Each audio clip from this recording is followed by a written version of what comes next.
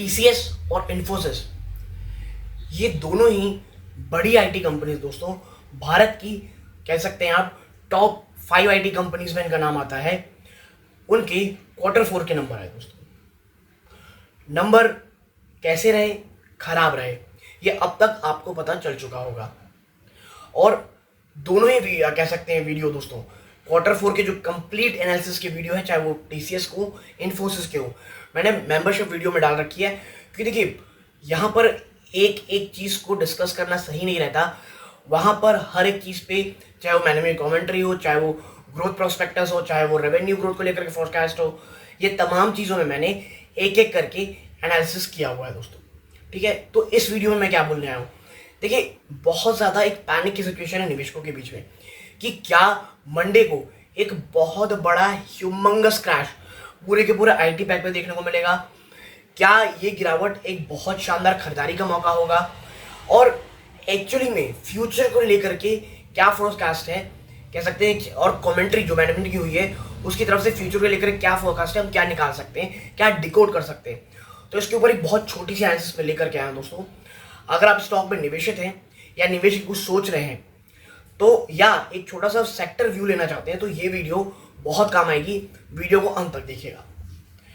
तो चर्चा करेंगे दोस्तों इसमें कि आखिरकार इस स्टॉक के जो रिजल्ट आए हैं Q4 के, ये कैसे रहे। तो देखिए नंबर्स अच्छे नहीं थे, नंबर्स आर प्रीटी वीक। और टीसीएस और इन्फोसिस को देखेंगे तो जो टीसीएस के नंबर आए थे वो इन्फोसिस के मुकाबले थोड़े से अच्छे थे, कहूँगा थोड़े नहीं कहना चाहिए, बहुत ही ज़्यादा अच्छे थे, लेकिन हाँ वीकनेस थी। और ये दोनों ही कंपनी के जो रिजल्ट आए ये इस बात की ओर दिखा रहे हैं कि जो वीकनेस पूरे से आईटी सेक्टर है उसमें साफ देखने को मिल रही है। और उसमें भी पूरे के पूरे तमाम जो आप कह सकते हैं सेक्टर में जो नंबर्स आए हैं, उसमें भी जो बीएफएसआई सेक्टर है दोस्तों, बैंकिंग फाइनेंशियल सर्विस के जो सेक्टर है, वहाँ पर जो वीकनेस है ये बहुत बड़े स्तर पर आप कह सकते हैं विजिबल दिखा रही है दोस्तों। और बात करें आने वाले समय की, तो देखिए जो रिजल्ट निकल के आया ना, ये कोई सरप्राइजिंग नहीं है। अगर निवेशकों को लगता है कि यार ये तो बहुत ही सरप्राइजिंग रिजल्ट है नेगेटिव, ऐसा नहीं है। इन्फोसिस ने जब अपने नंबर निकाल के दिए, उन्होंने कहा था कि भाई हमारे नंबर्स वीक आएंगे, और वो नंबर वीक आए हैं दोस्तों। उन्होंने कहा था कि भाई जो कह लीजिए जो इस बार के नंबर्स होंगे वो बहुत ज़्यादा वीक रहेंगे, और वो साफ रहे। और इवन उन्होंने कहा था कि मार्जिन फ्रंट पे हमें थोड़ी प्रॉब्लम आएगी, वो साफ करके आइए, वो साफ आइए दोस्तों। देखिए टीसीएस का जो मार्जिन आया वो लगभग 24.5% का आया, और फोरकास्ट कहा गया था लगभग 25% का। कंपनी ने कहा है कि आने वाले समय में जो क्लाइंट है वो बहुत बहुत ज़्यादा सोच समझ के निवेश कर रहे हैं। ठीक है, टीसीएस के जैसे इन्फोसिस में प्रॉब्लम ही आ रही है कि जो क्लाइंट है दोस्तों, वो कई कॉन्ट्रैक्ट थोड़े बहुत आप कह सकते हैं कैंसिल हो दिखाई दे रहे हैं। टीसीएस में ऐसा नहीं है। टीसीएस का ये कहना है कि जो क्लाइंट है वो थोड़ा डिले कर रहे हैं डिसीजन लेने में, और जो स्पेंडिंग है वो आने वाले समय में काफ़ी हद तक कम होती दिखाई देगी। और अगर आपको याद हो, मेरे पुरानी वीडियोस अगर आप देखते होंगे, तो मैंने कहा था एसेंचर के जो नंबर्स आए वो काफ़ी अच्छे आए थे। मैंने कहा था एसेंचर के नंबर अच्छे तो आए यूएस से, इससे गलती आप ये मत कर लीजिएगा कि भारत के आईटी नंबर्स भी अच्छे आएंगे। और टीसीएस के बाद इन्फोसिस भी इस बात की ओर इशारा कर रही है कि प्रॉब्लम है। देखिए इन्फोसिस के जो कह लीजिए मार्जिन आए हैं वो लगभग 20 से 22 के बीच के उन्होंने गाइडेंस दी है, जो कि पहले जनवरी में ये लगभग 22% के आसपास थी दोस्तों। ठीक है, इन्फोसिस की जो ग्रोथ गाइडेंस है 4 से 7% की है, जो कि मुझे लगता है खराब नहीं दोस्तों। आप एक चीज़ समझिए, इन्फोसिस का जो बेस है वो बहुत हाई है पिछला, तो उसके सामने 4 से 7% कईयों को लग रहा होगा ये तो बहुत कम है। मुझे लगता है ये ठीक ठाक सा ग्रोथ है। अगर वो ये भी मेंटेन करने में कामयाब रहते हैं, मुझे लगता है वो चीज़ें काफ़ी हद तक ठीक रहेंगी दोस्तों। प्रॉब्लम ये है कि जो बैंकिंग सेक्टर है वो बड़ा प्रेशर कर रहा है दोस्तों हमारे के आईटी कंपनीज में, क्योंकि भारत की आईटी कंपनीज का यूएस के बैंकों में बहुत ज़्यादा एक्सपोजर है, और वो भी सिर्फ बैंक्स नहीं, रीजनल बैंक से बहुत ज़्यादा एक्सपोजर है दोस्तों। ठीक है, और वहाँ के रीजनल बैंक की हालात बहुत ज़्यादा खराब है।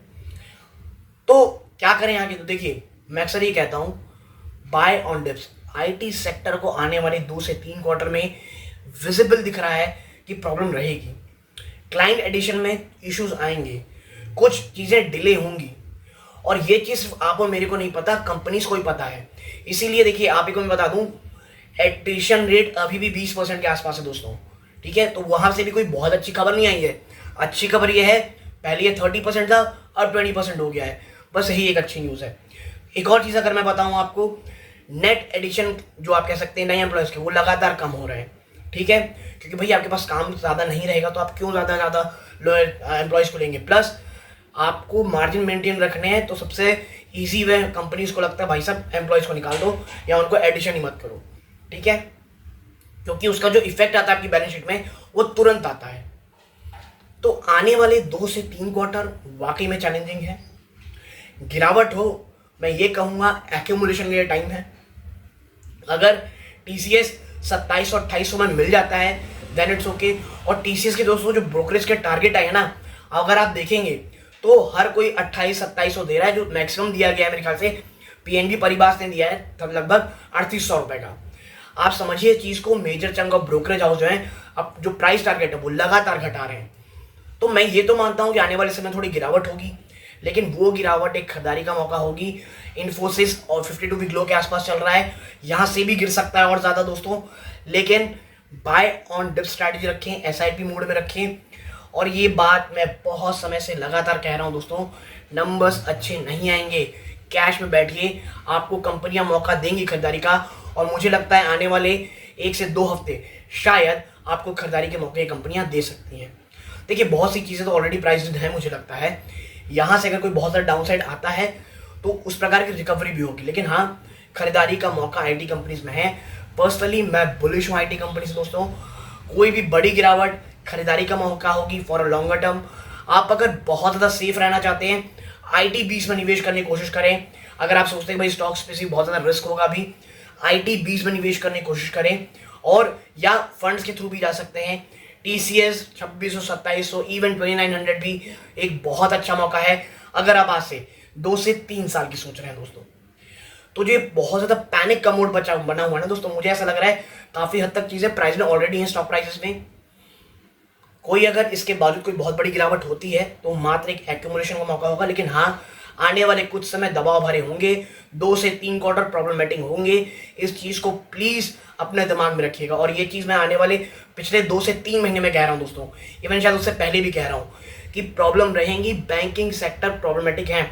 और देखिए हमारे यहाँ की आईटी कंपनीज भी ये बात जान रही थी, इसीलिए अगर आप देखेंगे एक चीज तो जो उनका एक्सपोजर था एक समय में बीएफएसआई सेक्टर में, वो काफी हद तक कम हो गया है। कंपनी लगातार अन्य सेक्टर, चाहे एनर्जी सेक्टर हो, आप कह सकते हैं हेल्थ केयर, लाइफ साइंसेज और ये तमाम जो सेक्टर है उसकी ओर अपना एक्सपोजर बढ़ा रही हैं। किस चीज को, बीएफएसआई में जो लगातार कमी आ रही है उसको काउंटर करने के लिए दोस्तों। तो यदि आप देखना चाहते हैं टीसीएस और इन्फोसिस के कंप्लीट एनालिसिस की video, membership serious investor member में डाल दिया है। और ये छोटी सी वीडियो इसीलिए थी क्योंकि बहुत ज्यादा पैनिक मोड मचा हुआ दोस्तों। निवेशक बहुत ज्यादा जानने को उत्सुक हैं कि भाई मंडे को कहाँ गिरावट हो, कहाँ तक होगी। और मैं आपको ये बता दूं, बॉटम किसी को नहीं पता रहता दोस्तों, इसीलिए SIP mode, buy on dips की strategy is the best to invest in IT sector right now दोस्तों। तो यदि आपको छोटी एनालिसिस पसंद आई हो, वीडियो को लाइक करके चैनल सब्सक्राइब कीजिएगा। यहाँ तक जुड़े रहे इस बात का बहुत बहुत धन्यवाद। ये इस वीडियो का अंत है। जय हिंद दोस्तों।